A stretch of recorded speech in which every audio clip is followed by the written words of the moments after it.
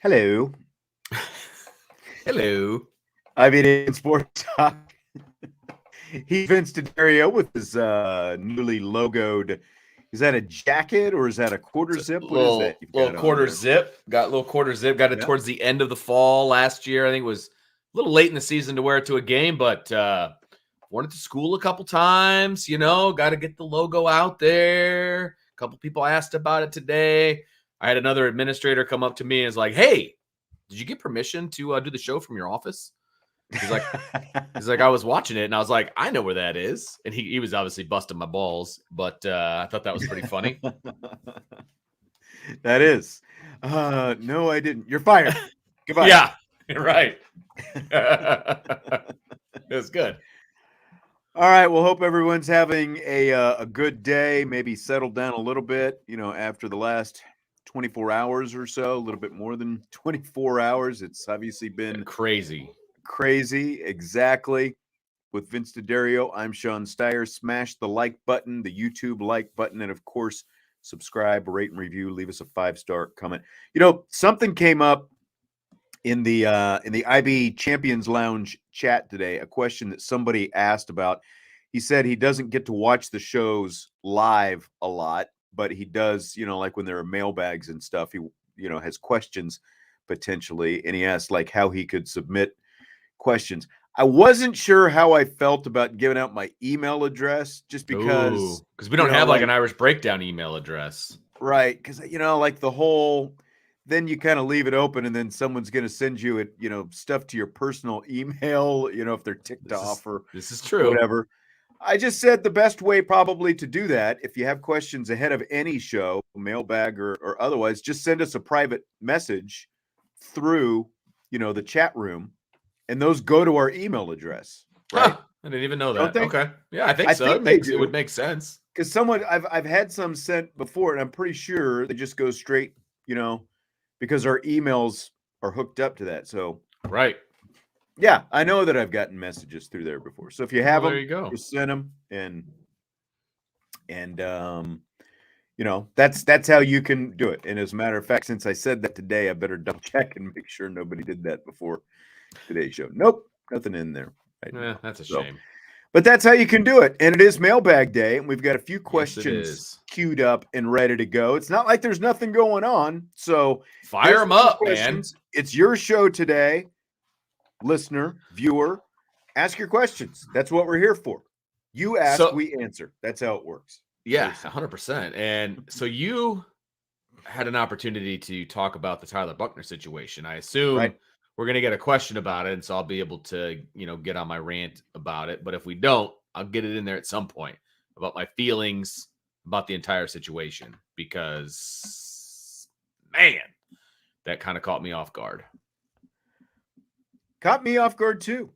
And it's like surprised, not surprised, where do you want to just kind of start us off with that? There's a Tyler Buchner or two related question. Just, you didn't have a chance to give your thoughts. So what are your thoughts on the whole situation?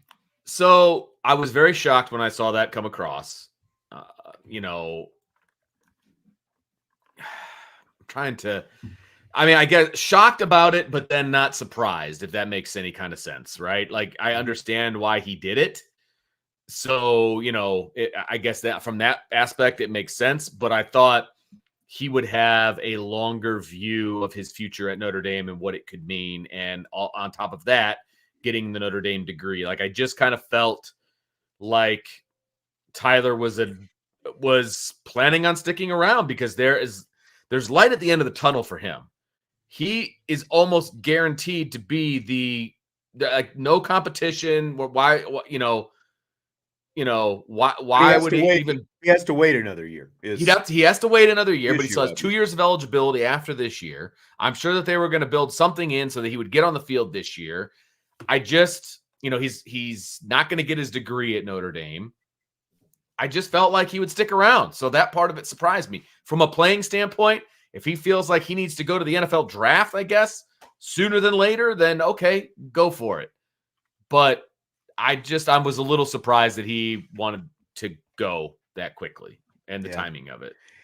And, like I was saying yesterday, he is going into his junior season. And once you get through that junior season, you are draft eligible. And now whether or not that's realistic for him to be drafted a year from now, if he's a starter and he has a big season, he could be a first round draft pick next year. Sure. For all we know, So from that aspect, I don't blame him because he obviously feels like he needs to be a starting quarterback this season, because when you look at, like if he's not a starter this year, if he stays at Notre Dame and he's not a starter, then, including this upcoming season, over the last 6 years, he will have only had one full season of being a starting quarterback and spot play here and there otherwise. And he obviously feels like he needs more than that. And now, there, different chains of thought, I guess, as to maybe who may be pulling the strings or pushing the buttons and,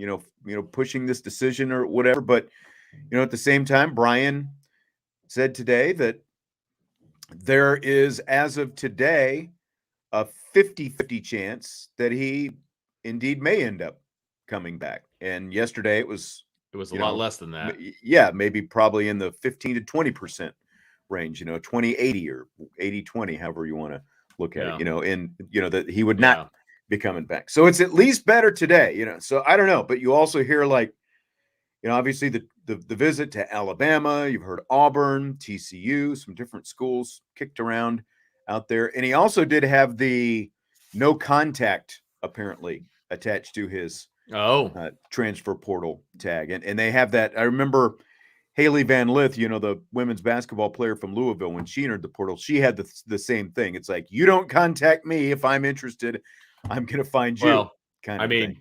From what I understand from reports that I was looking at Twitter right before the show, he's in Tuscaloosa today. Right. So, right. That would make sense for obvious reasons. I think their quarterback battle is not in any way decided, and he's obviously familiar with the offensive coordinator and the scheme. So, that would make sense. It would either be that, a West Coast team, or come back to Notre Dame. That's kind of how I see this going down. I am far from an expert on what Tyler Buchner is thinking. I thought that he would stay. So there, right. There you go on that. But I was a little surprised by the whole thing.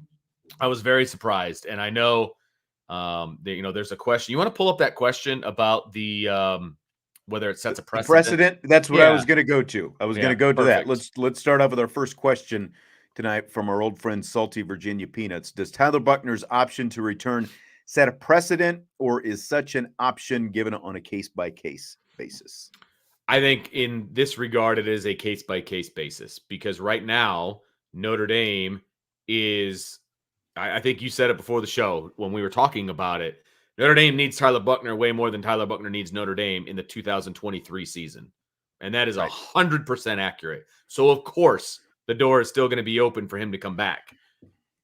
It just is what it is. Why would it not be? They are in big trouble if Hartman goes down. Bottom line, if Hartman goes down, then you're looking at either a redshirt freshman in Steve Angeli or a true freshman in Kenny Minchie. Mm-hmm. That's not where I would want my offense that I think has the ability to score 40 points a game to be in the hands of. It's just that then your predictions and your wins and it all goes down, right?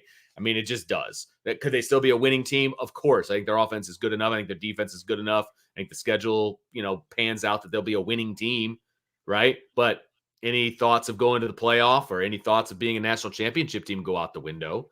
Yeah. If Tyler Buchner is that guy and he's the cute second quarterback, I think a lot of those thoughts and plans can still be intact. Right. It just might look a little bit different. So, yes, Notre Dame wants him back. They're going to leave the door open until he puts ink to paper that he's going someplace else. Absolutely.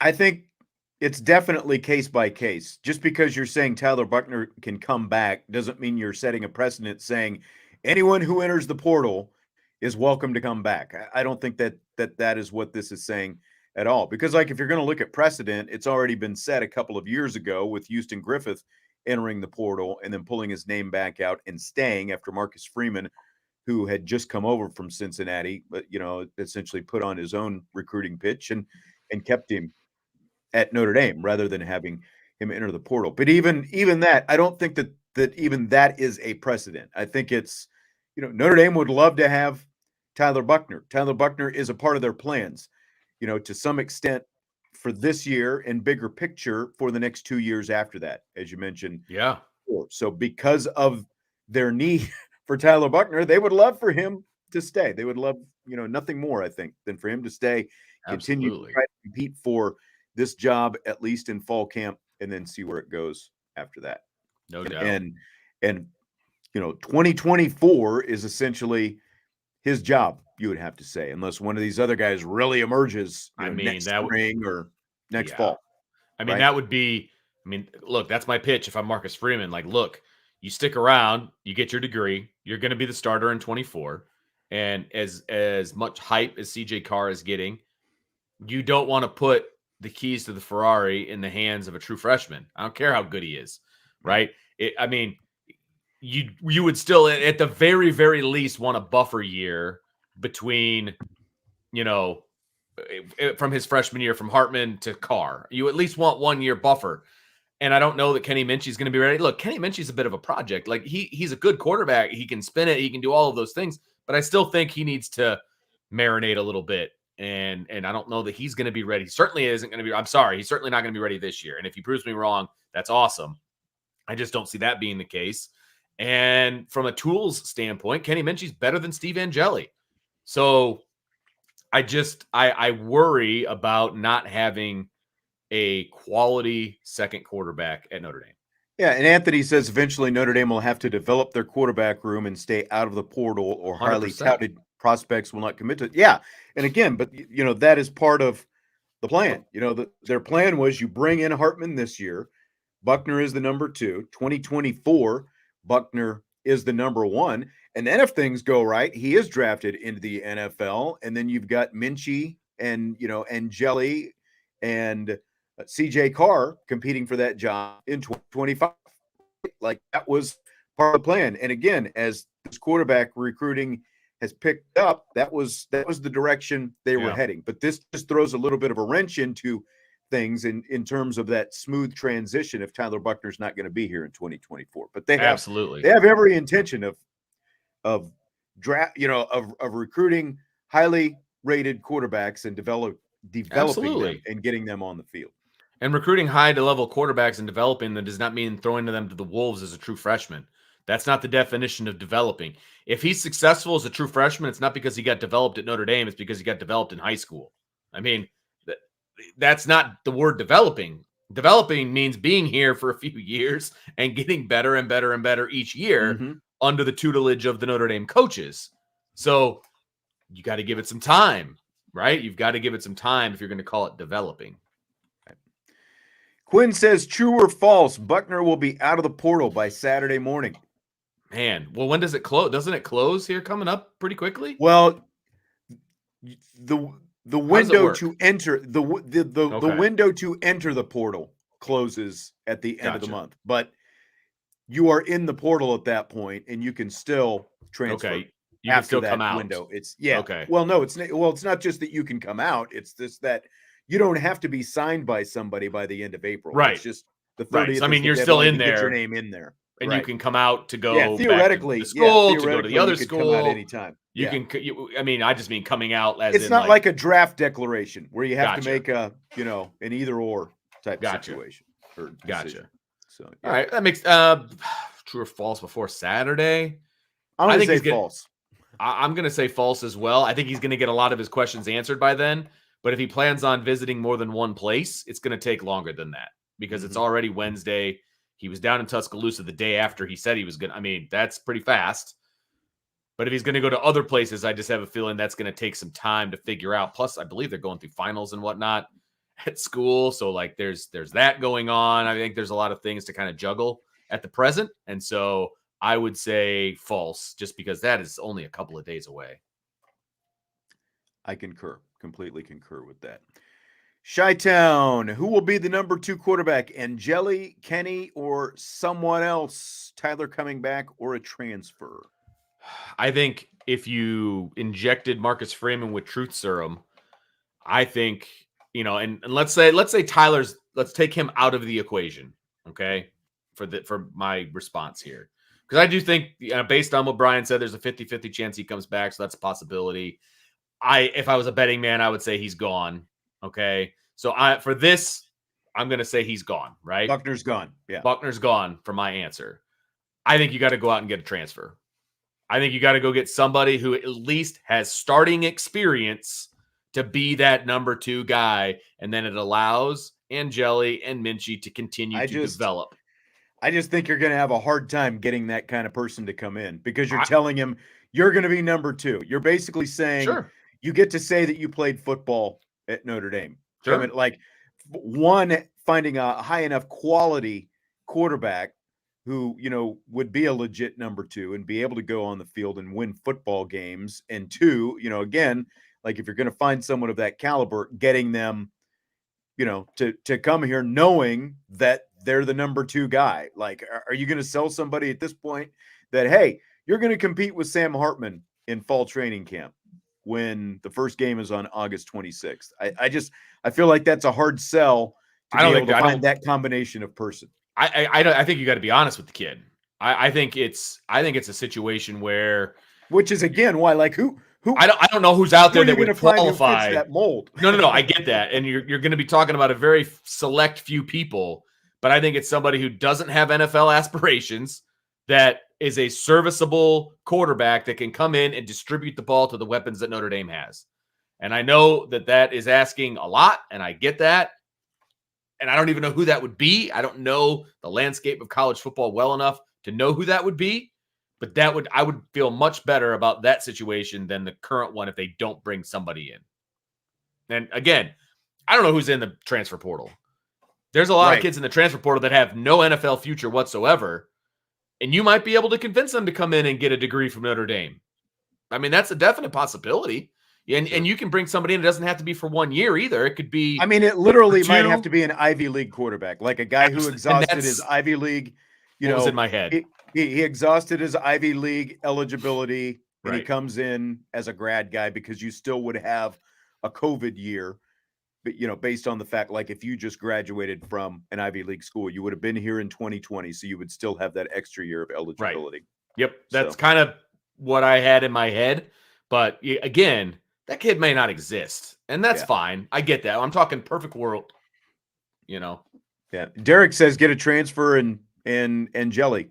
Or, get a transfer and Angeli transfers. Okay. I honestly I wouldn't feel. I mean, you want 4 quarterbacks. You want 4. Only 1 can play. So that means 3 are going to be on the bench. If Steve doesn't like that, then so be it. I would not be all that upset. I really wouldn't. What I want is like 2024 Angeli. That's what I want this year. His talent level with a little bit of experience. That's what I want as the backup quarterback. Right. I just don't think Angeli's ready to be that guy yet. I'm looking for more quarterback questions in here.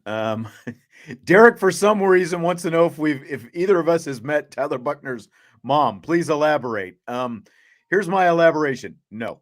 Nope. That's I don't know how to elaborate any more than that. That's right.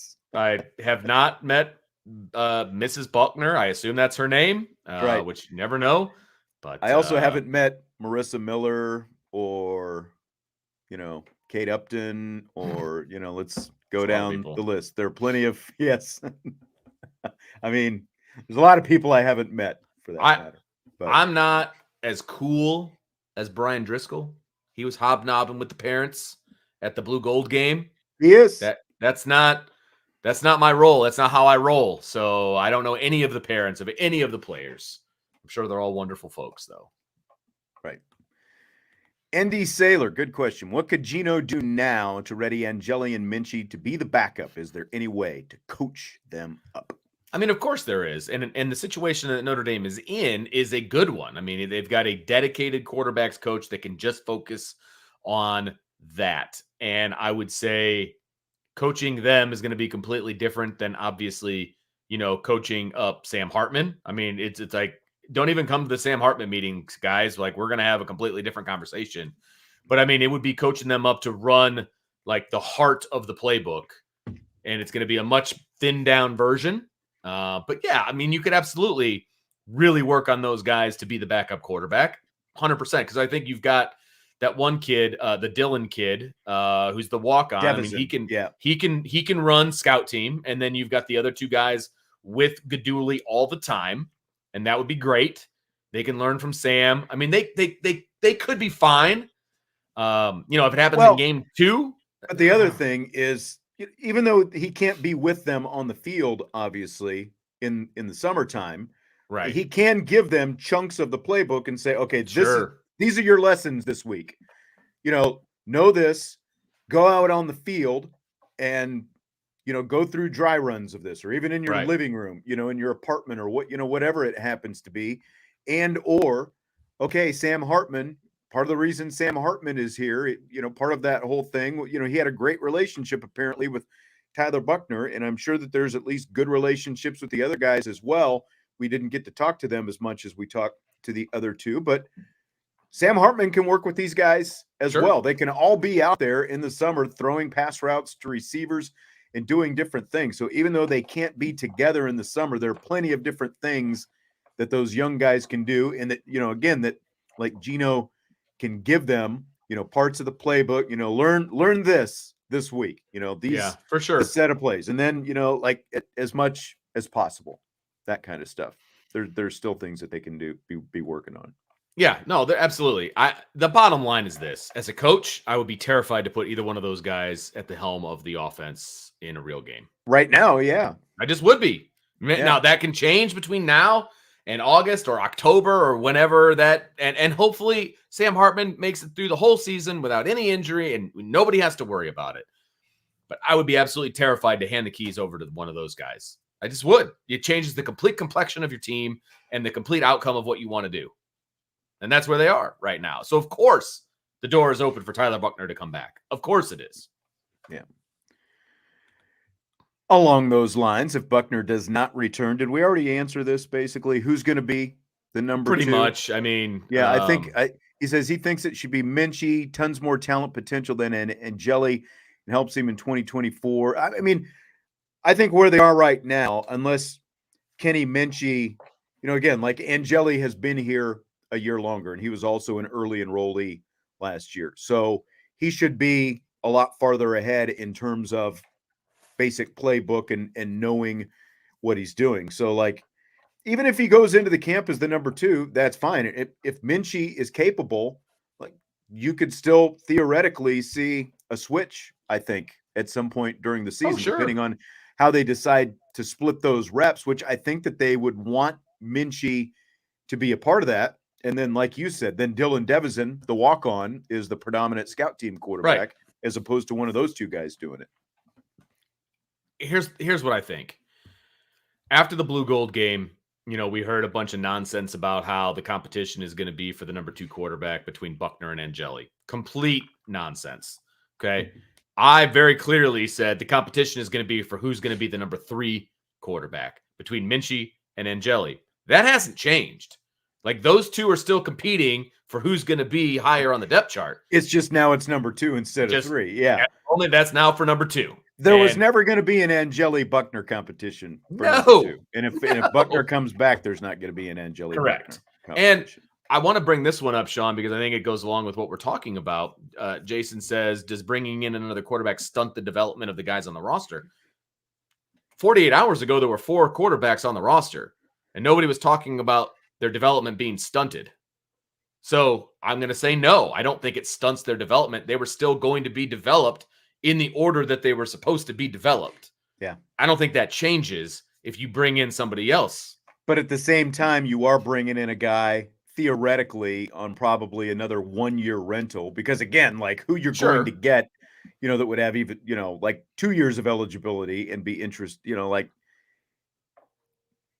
So working on the theory or the idea that it's another 1-year rental, how much time you want to invest in that compared to what those Right. guys need to do is, you have to balance those things. I And do I think. totally get I that. think I it's a fair just point. Yeah. the second string quarterback But was I going get to what get the you're second saying. string Well, like reps. like if Buchner was here, it's not an issue.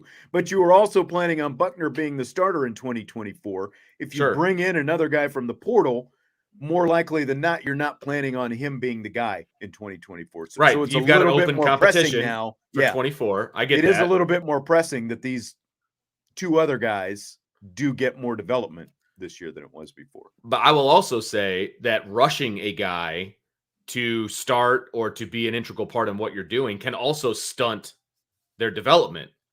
Like, I don't think Angeli's ready to be the backup quarterback. Like, I think putting that on him to be the number 2 is stunting his development, in my personal opinion. I think he needs more time in the oven than that. So I don't think that benefits him personally.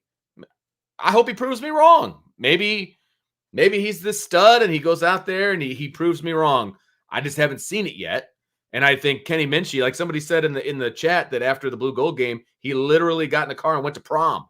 Like, he's not ready to be the starter at the University of Notre Dame, folks. Right. Like, everybody just needs to pump the brakes a little bit. Yes. There's a couple questions that I'm seeing in here that I might just save for rapid fire because we've got some similar stuff going on in rapid fire. Tommy wants to know your best impression of Tommy Reese once he heard that Tyler Buchner is jumping into the transfer portal. Oh, something along the lines of, oh man, I know I got his number here someplace. Like, but, and then somebody else, I think I saw when that one was started, somebody else said, I'm sure that they had conversations prior to that. And I would say that that's probably fairly accurate. You would have to think so. I mean, getting on a plane that quickly and heading down to Tuscaloosa. I think that's I think that's probably accurate. Yes. Anthony wants to know, and thanks for the super chat, Anthony. Thank you very much. Do you agree with the ESPN Power Index ranking? Are you thinking 9-3 season in 2023? If Sam Hartman's healthy? Absolutely not. I would take the over, whatever the terminology is, for more than 9 wins. I'm taking that all day long. And I'm going to be honest, I have not seen the Power Index ratings. They're always wrong, first of all. Yeah, but I stopped literally. I stopped looking at them because they're Yeah. just so far off. It seems like, So yeah, but if the question is if they've got them around a 9-3 season, I would disagree with that based on everything that we've seen. That's again, but injuries, and I mean, there's a million different things that can take place. But right, assuming healthy. everyone is healthy, assuming Right. that no injuries, no major injuries, all that kind of stuff. Yeah, I'm saying no way. Yeah, no doubt. There's a safety need that this team has, and Chi-Town wants to know if Notre Dame should bring in R.J. Moten from Michigan, who entered the transfer portal earlier this week. So I think I looked him up briefly. He's got 31 tackles, 10 starts, 2.5 tackles for loss, 1.5 sacks, 1 interception. He's a safety in the portal. I think we can all agree Notre Dame needs a safety in the portal. I think you take a long look at him. I mean, everybody can be forgiven for poor choices on going to Michigan. We can forgive and we can forget. If he's the best safety out there that Notre Dame can get, then absolutely. I don't care where you went to school. They need the best safety that's out there to come in and help supplement the depth chart at safety. Yeah, I mean, at the very least, they need another Division I body. Yeah, absolutely. And yeah, I don't know who all else is in the portal. It's like we haven't really heard. I don't. But and that's there are literally, probably over 1,000 names in the portal right now, and like Michigan's probably got, or not Michigan, Colorado's probably got half of them, and that is something we'll talk about in rapid fire in a little bit. But yeah, I mean, if he's the best option that they've got, and he meets the the academic requirements and all that stuff, absolutely. They need another safety. We know Yes, that. And absolutely. they're, they want to go out and get one. The question is who's available and is he Right. worth bringing in, Yep. to the situation, or And do you consider, sure. like more consideration to Ryan Barnes or whatever it happens to be. And I would, my pitch to whoever is in the portal, if they want to, if it's a viable option, the academics, like all of those things, and it's a viable option for Notre Dame, my pitch is, look, we've got one starting safety. We have an open spot. And I'm sorry, DJ, and I'm sorry, Ramon, and whatever, but like there's an open spot for a legit starting safety. You will have an opportunity to compete for that spot. I'm not saying that Ramon or DJ aren't going to get it in the end, but I'm pitching that there's going to be an open competition for the other safety position. Xavier Watts has the position locked down, but there's one open spot, and we need a safety. Let's see what you got. Like that's By my the way, pitch. I saw that. I think it was this morning. I saw Palmawala is back in the transfer portal after Again injury season at Idaho. He get hurt the again. Vandals. I guess he only That played in kid- like 5 games last year. That kid can't catch a break when it comes to injuries, man. I know. I feel so bad for him. Yep, I agree. Thanks for the super chat, Nick. Do you think Notre Dame should play or could play Michigan before 2023? That's 10 years from now. Could they? Yes. Will they? I don't know. I mean, it's a little bit of a rocky relationship, obviously. Do I want them to? Sure. I wouldn't mind a couple times in 10 years. I don't want it every year. I'll tell you in about a year and a half after Jack Swarbrick inks his next TV contract, or if he inks his next TV contract. Because if he doesn't get the contract he's looking for, they might be playing Michigan every year, So, right? I mean, it's possible. Yeah. I'm not saying it's going to happen, but he said, Jack Swarbrick has said they've got to get the kind of money or close to the kind of money that the Big Ten and the SEC are getting in their TV contracts. That's a lofty goal. It is. That is a lofty goal. Yep. Benjamin Karja? I'm not sure how to say that last name. Imagine this ultimate Notre Dame fan experience. Tour of campus, meet the team, meet the coaches, maybe stay for the game or the practice, whatever is going on. Your thoughts? I mean, sounds great. Yeah. I mean, I'm obviously completely jaded because I do most of those things on a fairly daily basis. But I think for a fan who's never done any of that stuff, I think it'd be unbelievable. I think that's like, I don't want this to come off incorrectly, but that's like Make-A-Wish type stuff. Like you get to hang out, basically be a part of the team, hang out with the coaches, tour the thing. That's all access. That would be awesome. That'd be awesome. Yeah, absolutely. People shell out thousands of dollars for that kind of experience. You're not wrong. So you're right. It's like Make-A-Wish type stuff. You are not wrong. Father David, huge flex from Vince. I already do this stuff. I mean, it's the nature of having 5 children and having multiple jobs. Like literally all summer, all I do is hang out on campus and infiltrate the sporting venues throughout campus, and football obviously is one of them. So, you hang out, you shill Gatorade and whatnot. So, I mean, we are jaded because we live right down the street from Notre Dame. We're on campus all the time. We get to talk to the coaches. We get to talk to the players. I mean, we're completely jaded by the whole thing. I'll be the first one to admit I remember like when I first moved here and I would, be driving to work early in the morning. I wouldn't drive right by campus, but I would drive, where like the way the dome is and lit up and all that stuff. I would always see the dome and it's like, awesome. Man. And now it's like, it's work. You just barely even notice it. You're just driving by campus again or going to work or whatever it is. I mean, it is what, and I blame you, Sean. You got me into this and I appreciate it very much, but I blame you. Yeah, thank you. You're welcome. Willing to corrupt anyone anytime. But it was a dream. I will go back to when I met you and I was doing that competition.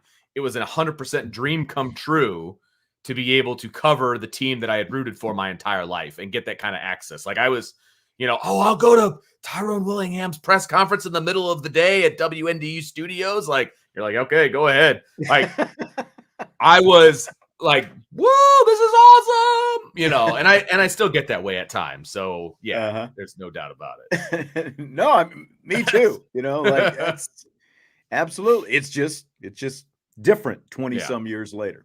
Mm-hmm. Son of 66, do you think some of Tyler Buchner's performance in the spring game had to do with his mental state on someone close to him in his ear telling him to transfer? He looked defeated out there. I mean, I saw him after the game and he was laughing and joking with Sam Hartman. I mean, I'm sure that it played a role. I'm sure. I mean, what kid doesn't have people in his ear? I mean, whether it's friends, whether it's a trusted advisor, whatever, people are in his ear. People watch that game. Ignorant people, I'm sure, looked at that game and was like, you have no prayer of ever playing a down at Notre Dame, and told him that he needs to get the heck out of there.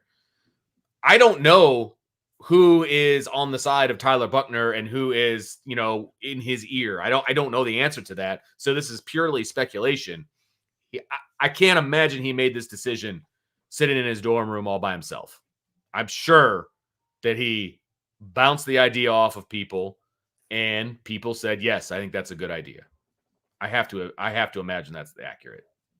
Yeah. I completely agree with that. I don't think that it necessarily had anything to do with blue and gold, but Salty, yes, we're both very jaded. You're not wrong. Aerosmith wrote a song about it. It's called Jaded. Want to hear it? Here it goes. No. It's so true. It is so true. When I'm talking to my friends or my coworkers at school, and they're like, "Oh, you going to the game?" Yeah, I'll be up in the press box. Where what? Like you get, what are you kidding me? Like, yeah, whatever. Totally jaded. Yep. Clay, do you think the format of the spring game is not built for Buchner? He often scrambles to create plays, and the sack system discourages that. I mean, we definitely looked at each other a couple times when he tried to run the ball right up the middle. Like, what did somebody actually call that play, or did he just do that? Because obviously, all you've got to do is touch the quarterback, and he's down. Just like with Phil Dracovic, a mobile quarterback is not able to rely on that asset in the kind of format that they have. Oh, there's no doubt. I mean, there's nothing about this spring game benefited the talents of Tyler Buchner. Now, we were all raving about how well he's been throwing the ball and all of those things in practice, which is true. And he should have thrown the ball better than he did in the game. No doubt about that. But the entire package that is Tyler Buchner is stripped away in a spring game when you're wearing a red jersey. I mean, any knucklehead who watches football knows that. Like, it did not suit him in any way, shape, or form. No doubt. I concur. Interesting one from Chief Brody. Optics for Notre Dame. If Tyler goes to Alabama under Tommy Rees, wins a Heisman and a national championship. Not good, obviously. And it's not just because of Tyler. It would also be because of Tommy Rees. There'd be an awful lot of fans having to eat their words about Tommy Rees's offense if he goes and wins a national championship. And I'm sorry, but the only way to win a national championship is with offense these days. And that means he was really successful down there at Alabama. So that would be, man, I would be sitting back there just like, oh my, it would suck. That's all I got to say. It would be terrible. Yeah. I mean, it would be probably every Notre Dame fan's worst nightmare, right? Because first you see Rees leaves, and at least half the people weren't sad to see him leave. And then now, if Buchner goes there and does all that with him, it's, and part of it is still like he'd be signing on to a system, basically a well-oiled machine that keeps marching on. You just plug in the right quarterback. And we were talking about the quarterbacks down there yesterday. Their two guys competing for that job had a horrible spring game. Combined for 3 interceptions, less than 50% combined completion percentage in the spring game. And, again, like how much you put on the spring game, like, you can say, well, it's the spring game, but you still don't expect that bad from both quarterbacks competing for the job. Still a Typically, very open someone's doing competition down in Yes. Tuscaloosa, which is why they're entertaining Which Tyler is why there's an Buchner opportunity. Yep. on a trip. And Andre, I think, hit the nail on the head here. He says the only thing worse is that they would beat Notre Dame in that game. Like, yes, 100%. That no would kidding. be. That Oh would my! just be. Can you imagine the salt in the post-game wound. show? Notre Dame finally makes it to a national championship game, and then they get beat by Tyler Buchner and Tommy Rees in Alabama. Like, No. Notre Dame wouldn't be able to get over the hump of Alabama. You know, it's Tommy Rees. I mean, all of the storylines would be horrible. Like, horrible. Oh my gosh. I don't even want to think about that anymore. That'd be terrible. Which freshman linebacker had the better blue gold game performance, Jaden Osbury or Drake Bowen? I mean, off the top of my head, remembering what I saw, I guess I would go with Jaden Osbury because he was kind of more in space and out and about, and I was watching a lot more of the offense than I was the defense, and I haven't had a chance to go back and actually watch the game. So from my memory, I'm going to go with Jaden Osbury. Yeah, I would go with Osbury as well. He nearly had that interception, very easily could have had a pick six, if he holds on to that, and we'd definitely be singing a tune in his direction had he done that. But right.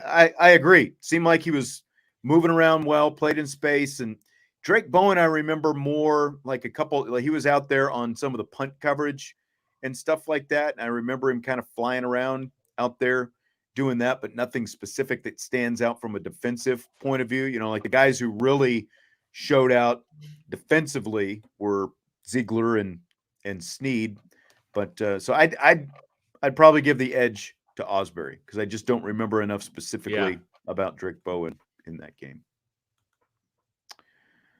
All right. Well, do you want to hit some rapid fire? Let's go. Rapid fire time, baby. Like it. It's 45 in. Like I know. Ish. Exactly. There are a few other, like I said, there are a few other comments that I have that kind of tie into some of the rapid fire stuff. Okay. So I held a few back that we Nice. can kind of work in there as well, as we usually try to do. Professional. So after Tyler Buchner's portal news, what's the outcome of the upcoming season that will determine if bringing in Sam Hartman was indeed a success? I mean, I don't know that my answer would have changed whether Buchner was here or not. I feel like it's playoff or bust for me personally. And I think if they can go and they can win a playoff game and they're in the national championship, I think bringing in Sam Hartman was a success. I mean, that's the outcome that I need to have. And it would be great if Tyler Buchner was there by his side, giving him a hug afterwards. Mm-hmm. But, obviously that's probably not going to be the case. So either way, that would be the success for me that now Notre Dame is one step closer.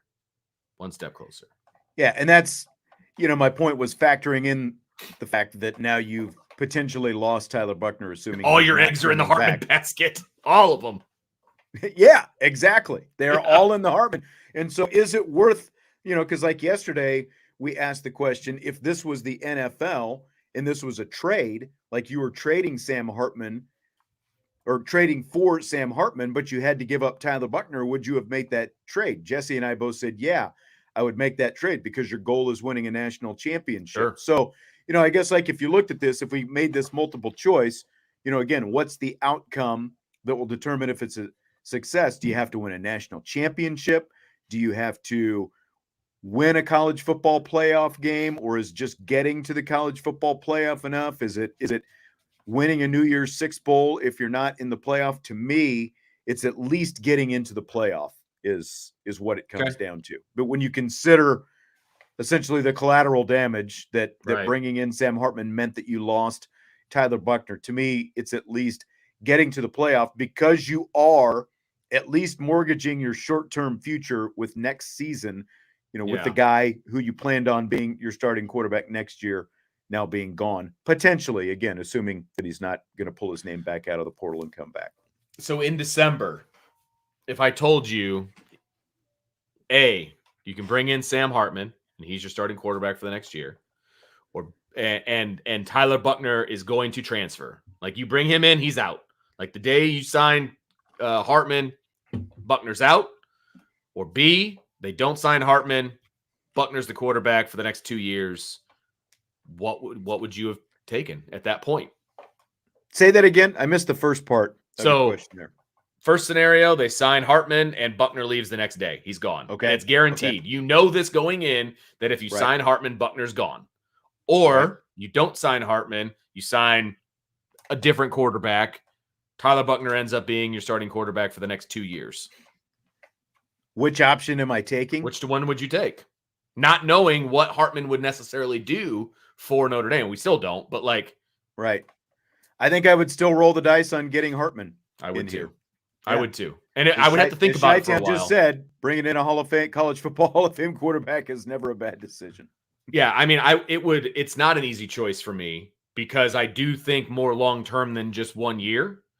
I would have to sit and think about it for a little while, but I think at the end of the day, I would still bring in Hartman because of all of the experience that he has and what he has already accomplished thus far in college football. And you're rolling the dice on 1 year. You are rolling the dice on 1 year. I think 24 is completely jeopardized right now, but 23 could be a great year. It could be a great year if everybody stays healthy and things go the way I hope they go. 24 is a complete toss-up right now. I agree. And this is one of the questions that I saved that D-Rock Irish asked. Are we currently in a better situation now with the quarterbacks than a year ago? Yes, because the ceiling is higher, but more importantly, if everybody's healthy, the floor is incredibly higher than it was. I think the floor is at least higher with Angeli compared to Drew Pine going into last year. Like if you look at each position right now, 1 through 3. So last year it was Tyler Buchner number 1, Drew Pine number 2, Angeli number 3. And so now, even with Buchner gone, you still have Hartman number 1. That's an upgrade. Yep. You have Angeli number 2 versus Pine. I think it's an upgrade as well. I think it's at least even. Again, I think it's at least, it's at the very least break even. And then you have Kenny Minchie at number 3, and I think that is an upgrade. I think Minchie is better than Angeli was as a freshman. Right. They were both early enrollee quarterbacks. Yeah. And I would slide the chip over to Minchie's side there. So even for right, the biggest question is you've still got an inexperienced backup quarterback, and you didn't know how Drew Pine would react to that. In the short term, he was horrible. His first couple experiences coming in at the end of Marshall and then trying to start the Cal game, it stabilized. He got better. He was serviceable for a while, and then all of a sudden he regressed to the mean, and he was never the same quarterback. Right after that, he was just a very average quarterback. Right. That they were able to work around. After. Yeah. For the rest of the season, and I think that Angeli can definitely be better than that, but. We also still don't know because we haven't got to see him do anything other than hand off a couple of times last year. Once it hits the fan and your feet are in the fire, that's when you find out. Right. But I do think that there is a higher ceiling, at least for Angeli. But sure, I agree with that. We won't know until we actually see that. But I do think overall, I would still favor this group compared to last year's group overall. I mean, it took a big step backwards when Buchner transferred out, obviously. Like before, it was like a Grand Canyon of difference between the two rooms from 1 year to the next. It got a lot closer, right? But I think your point I think Angeli's not afraid to throw the ball deep, number 1. Right. So I don't think that he would have the same limitations that Drew Pine had. Like Andre says, he doesn't think that he'll be afraid to make the throws that Pine didn't want to throw. I agree with that. I would agree with that. 100%. I think there was a lot of Ian Book in Drew Pine from a don't turn the ball over, don't turn the ball over, don't turn the ball over. I think he was in the system long enough under Tommy and BK that was ingrained in his head too. And I don't think Angeli was. So I feel like he would still,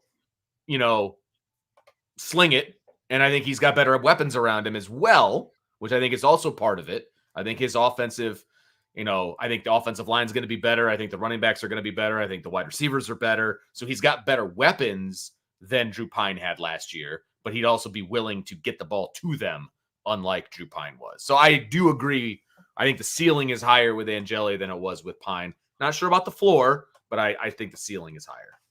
Okay. So we've talked about, you said you think that they need to bring in another transfer quarterback this year if they can find that kind of fit. It's a pretty narrow fit, but yes. Right. So what about next year? Because we know Hartman is going to be gone next year. So if Hartman's gone and everybody else stays the same, you've got Angeli, Minchie, and then CJ Carr as a true freshman. So would you consider another transfer portal quarterback for next year? I consider it, but it's going to have to be the right fit. And what I mean by that is kind of a cone guy, to be honest with you. It also depends on the maturation process of Angeli and Minchie. Look, I love CJ Carr more than I can even express on this show. I mean, he just got promoted to the Elite 11 finals. I mean, the kid's going to be really, really good. I'm not ready for a true freshman to be handed the keys of the Ferrari just yet. Okay. And it depends on where Minchie and Angeli are in their development. Yes. But I do feel like if they aren't as far along, and their development's going to have to be in fast forward, because no one was expecting either one of them to be the starter in 24. So in order for that to be the case, their development is going to have to fast forward over the next 12 months. So where are they at? If the right quarterback is in the portal, a la a Sam Hartman, and I know those guys don't come around very often, somebody with multiple years of starting experience under their belts, looking for a 1 year, want to be a part of the reigning national champion, that kind of a thing. If you find that guy, if that guy exists in the portal, and I can't come up with a name off the top of my head, but if that guy exists, I think you take a strong look at that guy. Absolutely. But you don't bring in somebody to compete with Minchie and Angeli. You don't bring in somebody that's there. No, again, bring in somebody that's here. You're good. Yeah. And Father David says, give Minchie the keys in 24 if Buchner doesn't come back. And I think that everyone's going to, I think that really by December's when you're going to have to make this choice. But remember, that's when everything went down last year. We didn't get the official word on Sam Hartman until after Wake Forest bowl game at the end of December, but they obviously knew in early December what the plan was, that they were going to bring this guy because that's what hastened, Drew Pine's decision to leave. They'll know where they stand. They'll have a much better feel for whether or not they think Angeli or Minchie can be the guy in 24 by December. Absolutely. You got a whole season of practice. Yeah. And, again, it's like you don't know what the season is going to bring in terms of, which of those guys maybe get some playing opportunities and that kind of stuff. So that's the first thing, because again, like with everyone talking about developing quarterbacks in your program and all that stuff, that's the first thing that you're going to have to look at. But they'll have a much better feel in early December for what those guys are. And you basically, that's when you make that call. If you think that if you look into the transfer portal and you say, we need this guy as opposed to these inexperienced guys for, just like with Hartman, then you make that call. But I think it's a decision that you don't make until that, you don't have to make it until that point. And so you don't have, so you won't make it until that point. No, I think base it on their development. I think that it is. Look, if they don't bring in, I don't think they're going to bring in a transfer quarterback, right? I was giving like a perfect scenario situation earlier in the show for this year. So one of those guys is going to have to be QB2, right? You're going to know a lot about whoever that guy is by December of 2023. You're going to know a ton. Exactly. And I would make a massive effort to whoever QB2 is to get him in a game, many games throughout the year, because I think as much as possible. That was one of the things I hated about the last regime is they never got the backup quarterback in ever. And it was super frustrating. Like, get the backup in with the ones, by the way. I wouldn't say never, because that whole Book Wimbush thing happened, before. Well, that's a very isolated difference. And he wasn't really QB2. They had like a package for him. So that was a little different. You know what I mean? Like that. I'm talking about there's a clear 1, there's a clear 2. We're winning by 21 points. Well, and for Put that him matter, in. they got Buchner in as a freshman too. Now that I think about it, but That wasn't like an end of the it game was a scenario. package. Like Yeah, yeah, get them in the game when the game is decided. It's over. We don't need to pad the stats anymore. Get them in. Let them have a drive with the ones, and then multiple drives with the twos. Like that's what I'm talking about. Like get them in the right. game, and then So you like can assess what you have. but you advocate, like, if you're up by enough points, you would advocate like running the full offense for a series, potentially going out Absolutely, there with the throwing backup passes quarterback. downfield, whatever it happens to be. 100%. Okay. Absolutely. Yes. No question. I do have to answer this one Yeah. from Irish Shytown. Says, Vince, would you start? Sorry. Go ahead. Would you start Angeli against Tennessee State? Absolutely not. You don't adjust your starting lineup based on who you're playing against. Yeah. You start out with your best. Yes. This is something I learned from Paul Maneri when he was the baseball coach. You start off with your best, and if your best puts you in a situation to get in reserves, you get the reserves in at that point. You never start backwards and try to work, because then you're sending a message.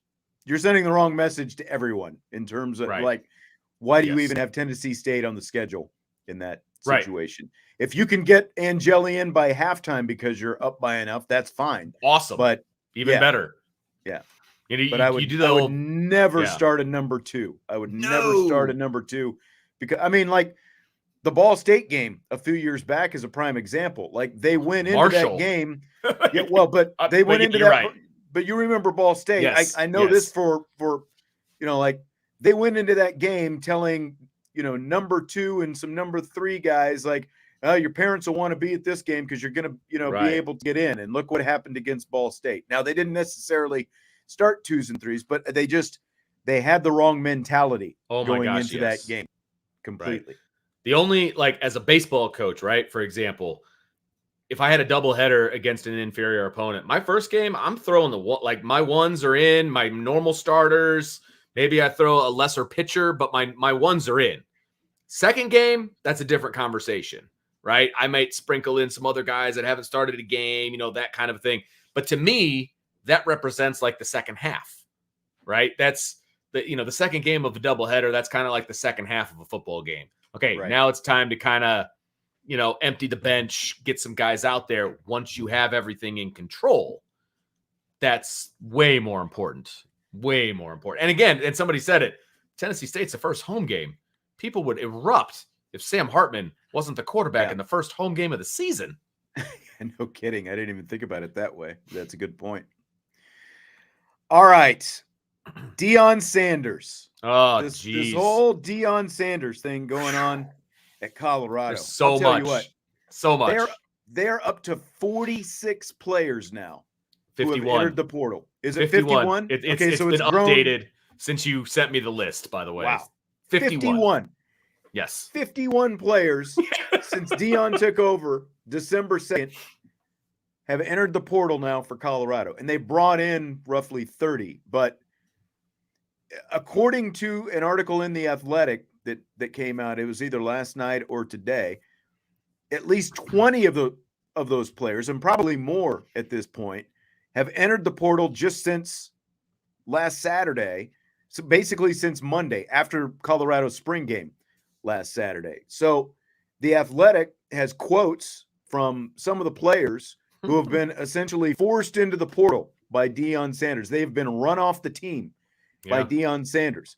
And there is a relatively new NCAA rule that allows first-year head coaches to cut as many players as he wants as long as the school honors the scholarship. Like if they don't find another place to play, the school honors the scholarship. That's fine. What do you think of all this that's going on out there with Deion and Colorado right now? There's just so much to all of this. Like there's also some pretty ticked off kids who used to play for Colorado because he won't let them have their practice film from last year to show other coaches so that they can get recruited. I mean, there's just so much to this, right? Now, I do believe that a new coach should be able to form the team that they want in the manner in which they want to form it. I mean, I don't really honestly have an issue with that, but you do need X amount of players, whatever that number is. You need that many to like field a team and practice and be a productive college football team from Sunday to Friday. And it doesn't sound like they have enough of those guys at the moment. And I think he's been a little quick to run off guys. I mean, 51 guys is a lot of guys to be running off. And it sounds like most of those guys were asked to leave.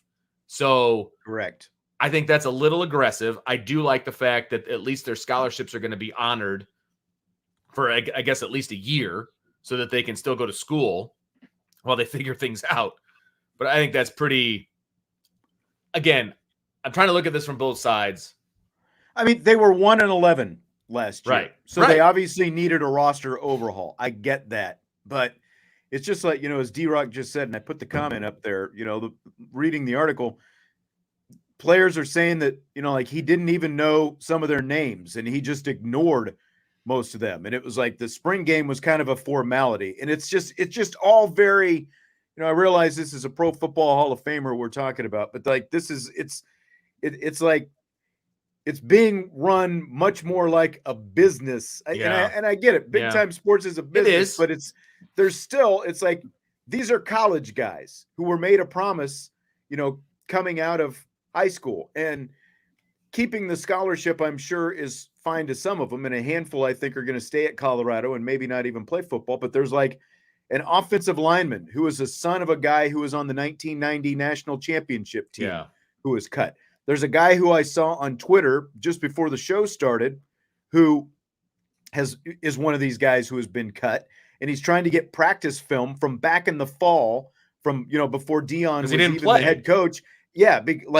But they've got, film on him in practice. He's trying to send his practice film out. Yeah. Because he didn't play. He's trying to send his practice film out to schools to get a look.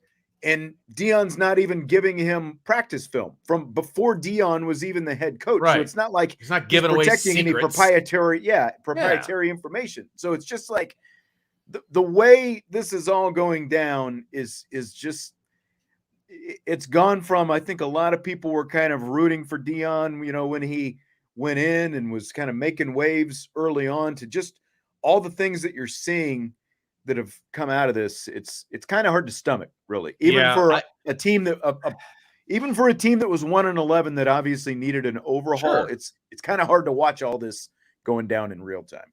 And like I said, I don't have an issue with a coach trying to make the team in their own image or how they want to construct a team. I have no problem with that. Yeah. But if you're going to cut guys and you're going to get rid of them, then you should be the first one in line to help them find a landing spot. Right. It's not just cut them and kick them to the curb. I do have a problem with that. That's just not human, in my opinion. Like, help them in any way you can to find a landing spot. And he's not doing that. And that's messed up. Because in the NFL, it is a cutthroat business. Correct. And I realize there's not going to be quite as much, human touch or whatever. But again, you're talking about 18 to 22-year-old kids who, you're coming in, and it just doesn't sit right. Like WJS asked this earlier. Do you think college coaches should be allowed to cut players? If yes, would it be a good idea? It's a good academic kid, and he would get cut. He would get a 4-year academic scholarship. I don't really see hold on. If yes, would it be a good idea if it's a good academic kid and he would get cut? He would get a 4-year. So it's basically kind of what we were talking about. You still honor the scholarship. He still gets the scholarship. So, I mean, that part of it from an academic side, then that's fine. I don't really have an issue with that. And I have a hard time saying a coach can't cut a kid when a kid can cut a coach by leaving. I mean, true. It's kind of the same thing. And we're talking about players' rights and all of these things. And if a kid can cut bait and leave, then I think a coach should be able to cut bait with the kid. But again, you should be able to help him find a landing spot too. And that's the one thing about Brian Kelly that I did respect. When he wanted to fire a coach, he usually helped them find a landing spot someplace.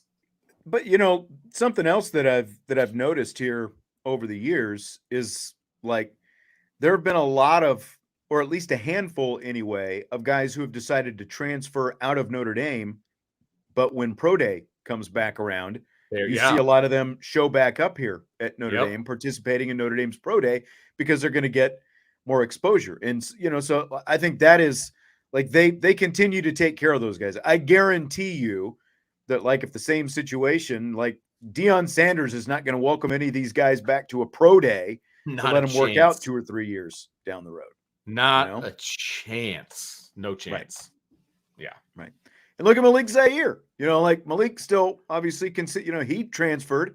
Right. He still considers himself, connected to Notre Dame, Mhm. part of the Notre Dame family and the whole thing. So Yeah. it's just very, again, I get wanting to rebuild the roster, and the rules, like right now, are so much different than just a few years ago. Like in the wake that, and I think they referenced this even in the article, the wake that Charlie Weiss left Kansas in, under scholarship, when you couldn't undersign at all, and there wasn't the open transfer portal like you have now. It took them years to try to build the roster numbers back up, whereas now the transfer portal, it is much easier because you can just like, okay, you guys are gone, and now we're just going to go fishing and bring it. It's like, but that's the other thing, like with this Deion thing, is like, there's no guarantee that guys that he brings in are going to be considerably better than what he just showed the door, unless he's pulling starters from half the schools in the SEC.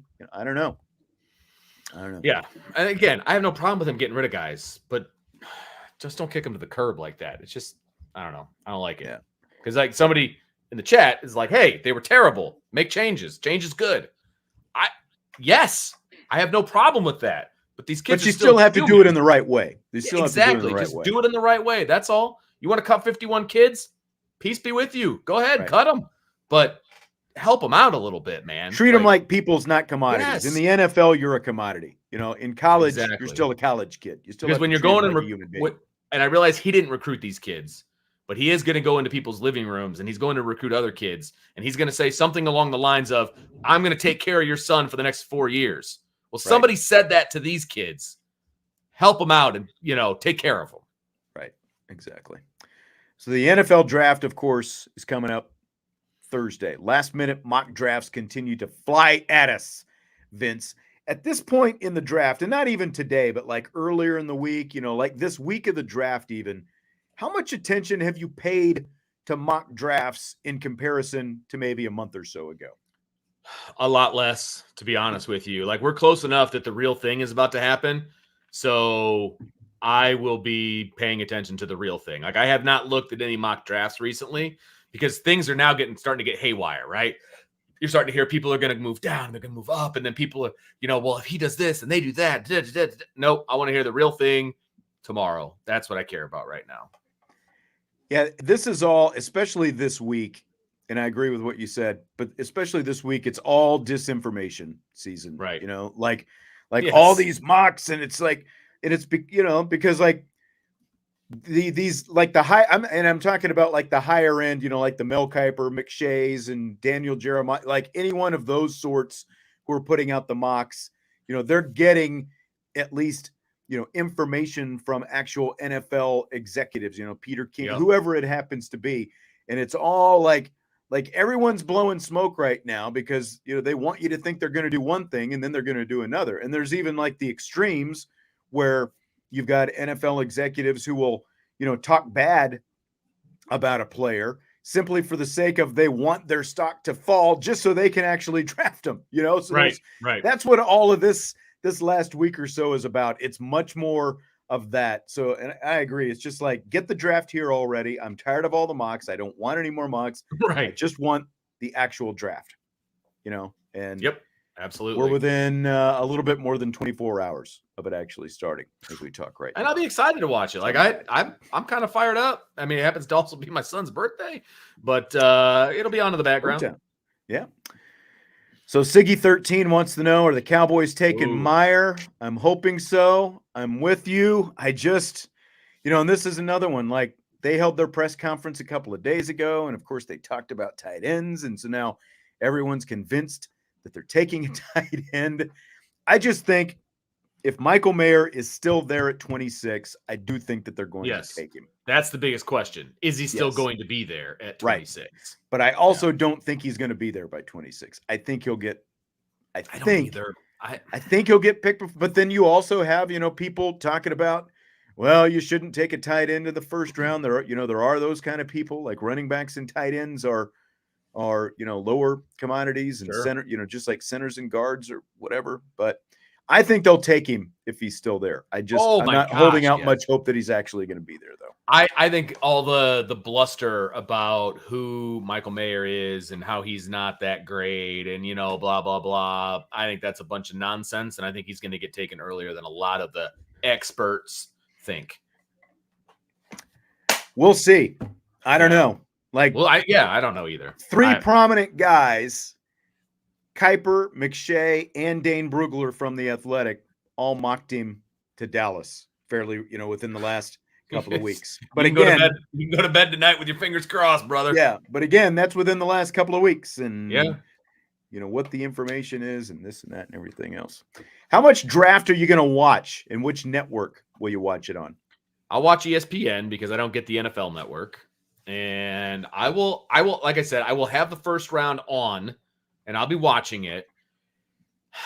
The Friday version, I'll probably turn it on, but most likely I'll look at like a clicker, like an update on my phone, that kind of a tracker, like that kind of a situation. That's probably what I'll do. I'm more interested in the first round when the guys are actually present and they hang, with the jerseys and the fanfare and all that. Like I do buy into that a little bit. And then it'll be, okay, where are the Notre Dame guys going? And this year, there's only like 3 guys that are going to get drafted from Notre Dame. So like the interest level for me is a little bit lower. Yeah. But also the Bears finally have a first round pick. So that does raise my interest level a little bit more. True. That kind of a Very thing. true. So yeah, I'll watch. I usually, I'll watch the first few picks, kind of see how that goes. And I typically watch more ESPN. I'll flip over to NFL Network every now and then. I don't like the ABC because it's a little bit more of like the fluff background pieces and stuff like that, which I don't care as much about that. I just want the football side of it, But I'll watch a little bit early on, and then with Dallas picking at 26, I'm going to get impatient, and I can't sit there and just watch pick after pick after pick. So right. I'll probably flip around a little bit, see what else is on, and then come back to it. And then like the rest of the weekend, it's basically how bored I am, and like what I'm doing, how good the weather is, all that kind of stuff. I can watch most of it on my phone the rest of the weekend. Yeah, I would say Father David Penny wants to know if Marcus Freeman is going to be at the draft. I doubt it because Michael Mayer is going to watch from home, and he's the only potential first-round draft pick. And so there's really no point in Marcus Freeman being at the draft. I saw him do an interview on NFL Network today, and he had an Old Spice sweatshirt and Old Spice sign, and then of course, he did the Old Spice, spiel there at the end of the interview. Did he? It got cut off. Like I didn't hear the Old Spice part, so they obviously cut it off. I saw that on Twitter earlier this afternoon, and like he's the only first rounder possible for Notre Dame, so I don't think Marcus Freeman's going to be there. Irish for life. You're working on a permanent ban from this show right now. Must be an Eagles fan. Kidding, of course. He says he prays he doesn't go to Dallas. Yeah. He'll just be hated by the other half of the country. Right. If he does, since he was already hated by half because he was at Notre Dame to begin so with. It sounds like the guys are going to have a draft show tomorrow, which is friggin' awesome, especially with Ryan. Like that's his thing is the draft. And Irish Chi-Town wants to know if I'm going to be on there with them. The answer is no, because it is my son's birthday, and I do want to hang out with the little man as much as I possibly can.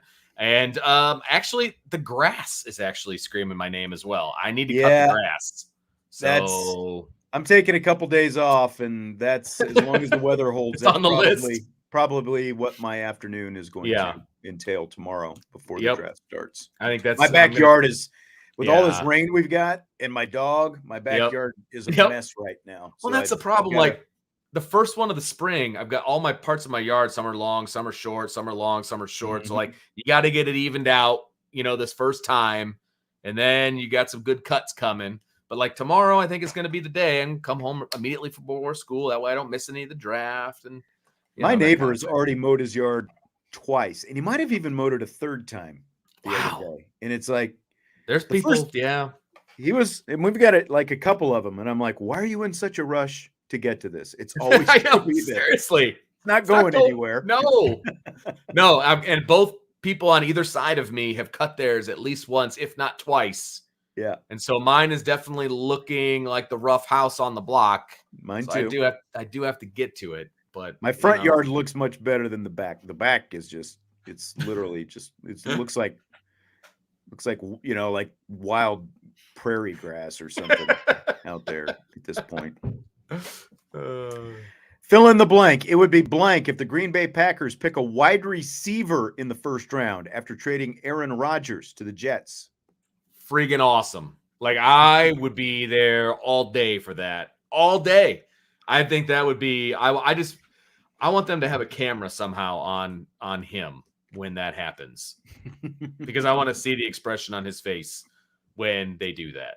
There's talk that, like Jackson Smith and Jigba, like they might go after him. It would be hilarious because obviously, this is what started this whole spiral when they drafted the quarterback in the first round instead of a wide receiver. They never picked a wide receiver in the first round the whole time Aaron Rodgers was the quarterback in Green Bay. And so if they traded him to the Jets, and then the first thing that they did was get Love a wide receiver, it would just be hysterical. And that's what I need to make sure that I'm tuned in for that pick. That'll probably be like an hour or so into the draft. It'd be great. It'd be so stinking great. And did you see the interview with him or like any of the footage of him going to Jets, the facility? Yeah, I saw a little bit of the press conference. He's all, shaven and he got his hair cut and he doesn't look like a bum anymore. Like, right. Just wait. Nice little comb to the side. And, Just wait, Jets fans. Just wait. Wait. So we're both sports movie fans. Where do you stand on the movie Draft Day, Vince? I love that movie. It's funny that you asked this question because 2 days ago, maybe it was Sunday. I think it was Sunday. It was Sunday. Kind of working my way through the honey-do list, that kind of a thing. And I was like, I kind of want to watch a movie. I was looking for that movie to watch. And there was nowhere on any of the subscriptions that I have that I was able to turn. I wanted to watch that movie specifically, and I couldn't find it anywhere. I like that movie a lot. Interesting. I cannot stand this movie. Really? Draft Day is so bad. Oh, I like it a lot. It gets better at the end when they're actually into the draft stuff, but I think I'd maybe seen it once, and I watched it a couple days ago, like you. I found it on the guy, and I found it and I watched it. It is so slow paced, especially at the beginning. And Kevin Costner does nothing to liven it up. And like the whole romance story, the love story with Jennifer Garner. That's hard to stomach.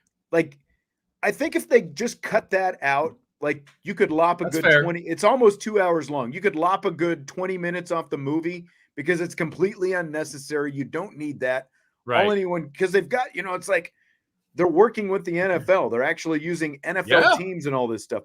But then like the whole thing with like John Gruden at the start, they show, like John Gruden on TV and they're talking about the Bo Callahan, the quarterback. And he's like, we haven't seen a quarterback like him since Andrew Luck. Well, this movie only came out like 2 years after Andrew Luck was drafted. So like, that's been a really long time. You haven't seen a quarterback like him in 2 years. 2 seasons. Okay, great.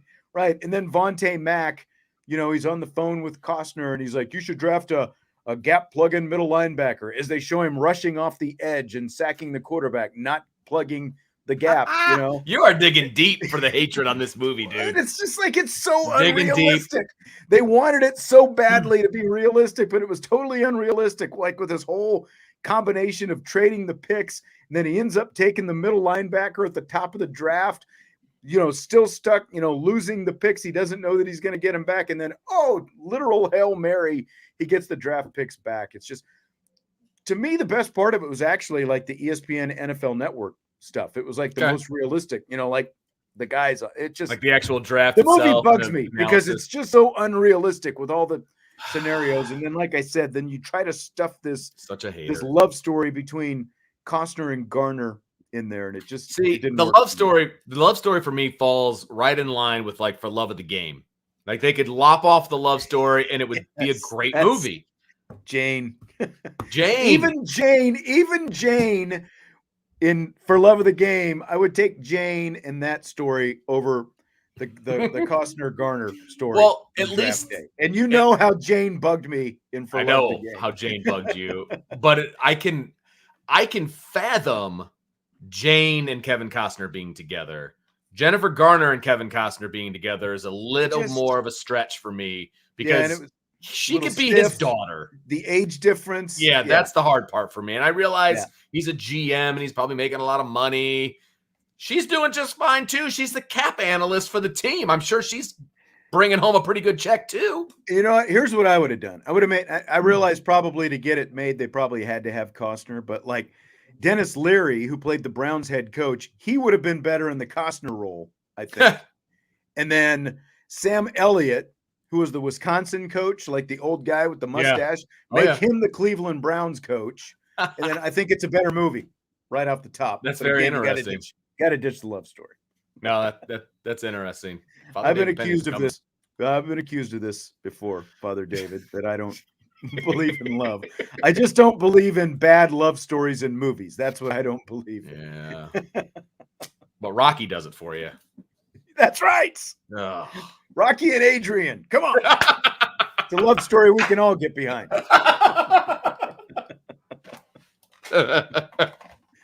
Last question. Will Ferrell went to an LA Kings playoff game with face paint on over the weekend. Have you ever worn or would you wear face paint to a game? No, I would not. I have not. I will not. Not in a Fox, not with a box or whatever. No, I would not do that in any way whatsoever. I'm just not a face painting guy. I never have been. Like, I've never felt the urge to like spell something out with like my bare chest or anything like that at a game. Like that's just not me. I don't know. It's not me. I agree. I would have to be paid, I think, to wear face. Like the first thing I think of when I think of face paint is the Seinfeld David Putty episode when the Devils go to support the team, you know, and he's going to the New Jersey Devils. That's right. Yeah. All signs point to yes.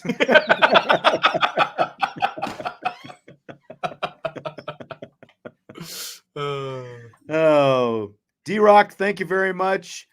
Hit the like button on your way out. We do appreciate it. And of course, subscribe, rate, and review. So we're going to be off for the next few days, but there will be a draft show with Brian and Ryan tomorrow night. So check it out. Look forward to that.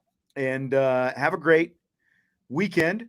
I guess extended weekend as it turns out. And Vince and I will be back on Monday. Let's see if there's any more breaking news to talk about at that point.